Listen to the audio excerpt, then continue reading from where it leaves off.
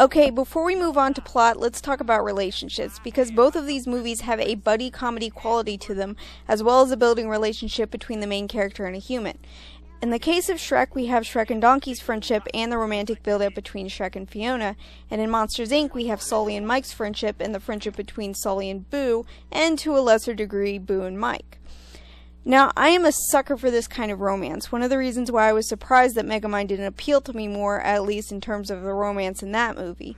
But it probably isn't surprising to anyone that I really think both relationships work better in Monsters, Inc. And that's not to say that Shrek does badly with either, it's just Pixar goes about things with a little more heart.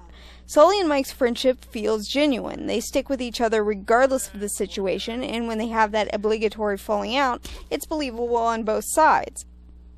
Mike is angry at Sully for getting him into a very unfortunate situation and is maybe being a little selfish, and Sully is concerned for Boo and is therefore perhaps not thinking so much about Mike. The building relationship between Sully and Boo also feels genuine, and honestly, a big monster becoming friends with a 4-year-old, cutest thing I've ever seen. I enjoy the relationships in Shrek, but they do feel a bit more generic. For instance, we have that scene where everyone hates each other due to a series of misunderstandings. You know, that thing that happens in nearly every romantic comedy. Because of stuff like this, it does tend to feel a bit more contrived. How's it going, first of all?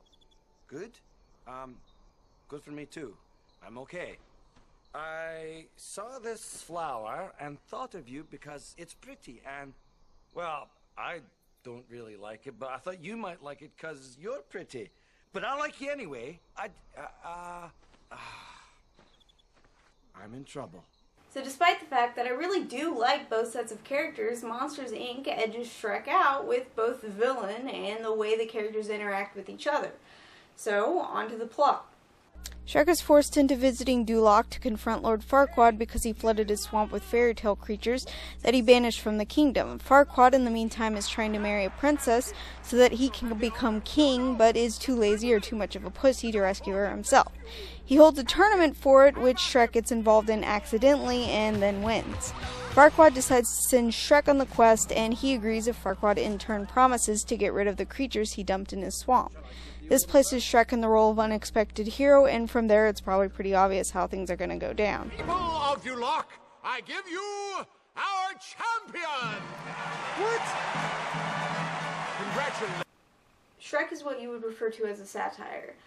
Insignificant to some people, particularly those people whose familiarity with satire is reduced to those shitty parody movies, but significant to someone like me who really, really loves satire.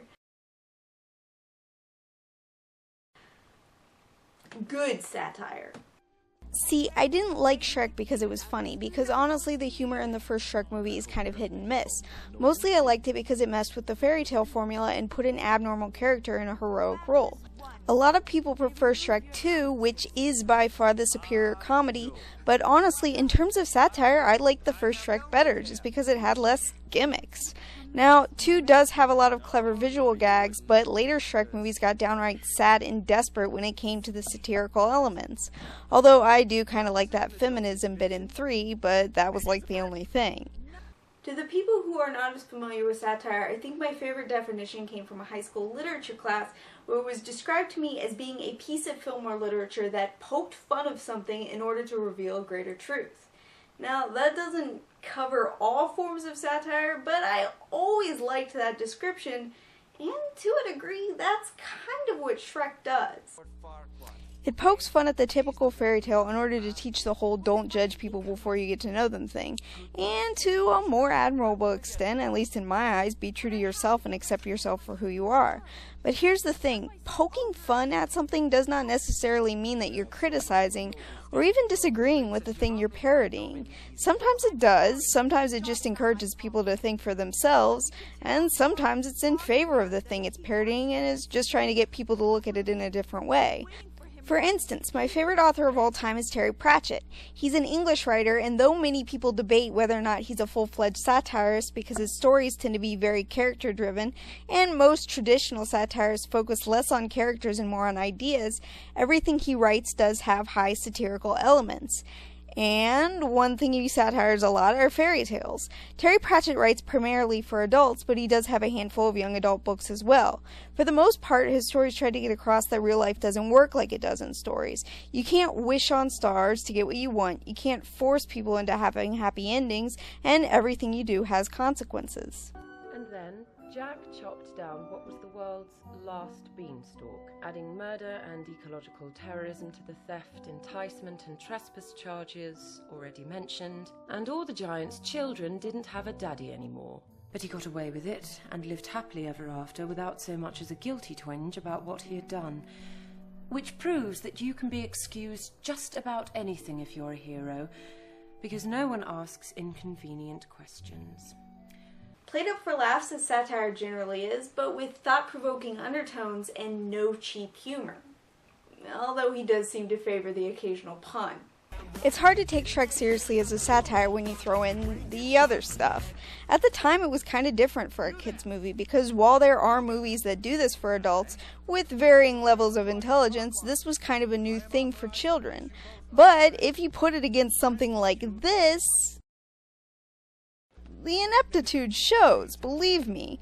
Does that mean I dislike it? No, but being introduced to someone like Terry Pratchett and other better forms of satire did show me that Shrek is lacking, because, yeah, most of its satire is obviously used to get back at Disney.